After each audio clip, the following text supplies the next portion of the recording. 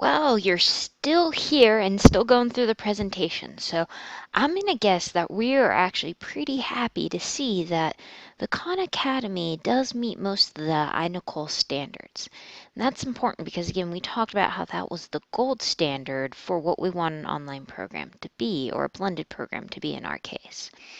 So, now let's talk about what our responsibility is going to be if we choose to use the Khan Academy. I wanted to pause here at this standard. It says the online teacher demonstrates competency in using data from assessments and other data sources to modify content and guide student learning.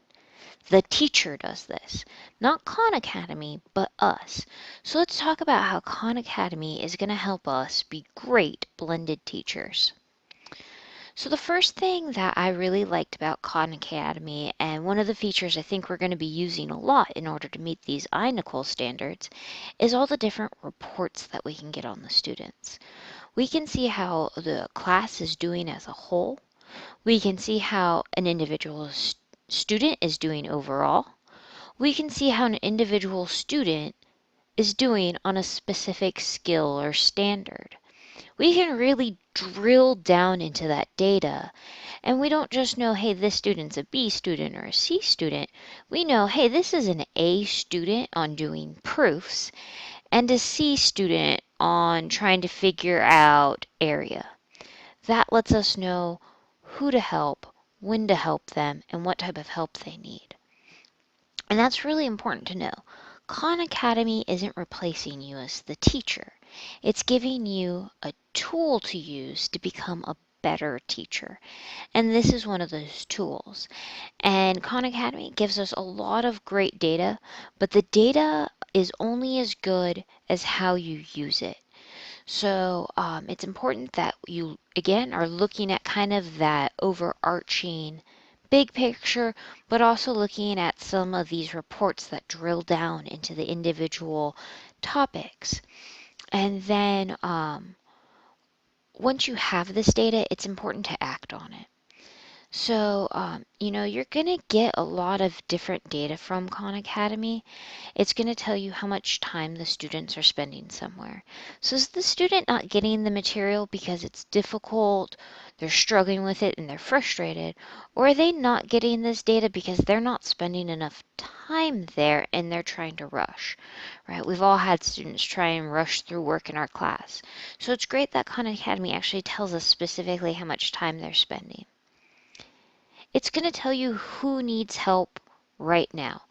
A student who's working in a lesson and they're currently doing great, you're just going to leave them. Let them go. Let them be individual. Let them own their education.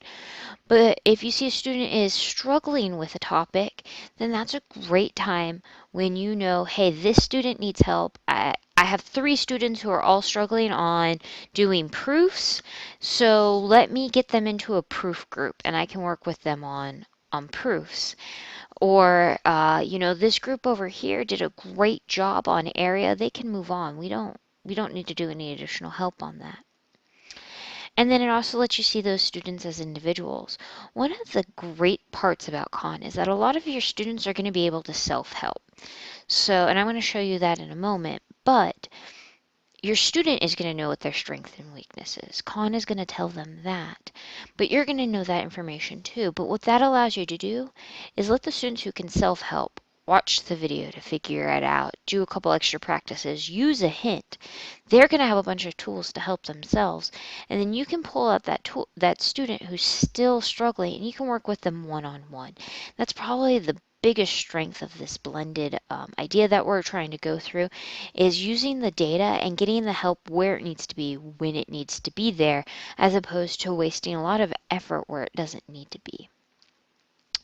That's going to bring me to the next part here of what I want to show you with Khan.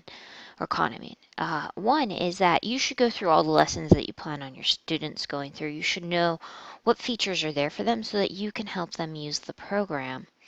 So, you can work through the program just like a, and when you get something right, it gives you some great possible feedback right away. And if you get something wrong, uh, you'll get that feedback right away as well. And it's going to be like, oh, I haven't learned this yet. And if you need help, it can give you help. It can give you hints, and it can give the students videos to watch. So it's important that you show the students all the tools that they're going to have, because again, as a teacher, it's important for you to connect them to those resources. You know, if you have a student who you know is going to benefit from being able to read the transcript, show them how to do that. You need to show them the tools.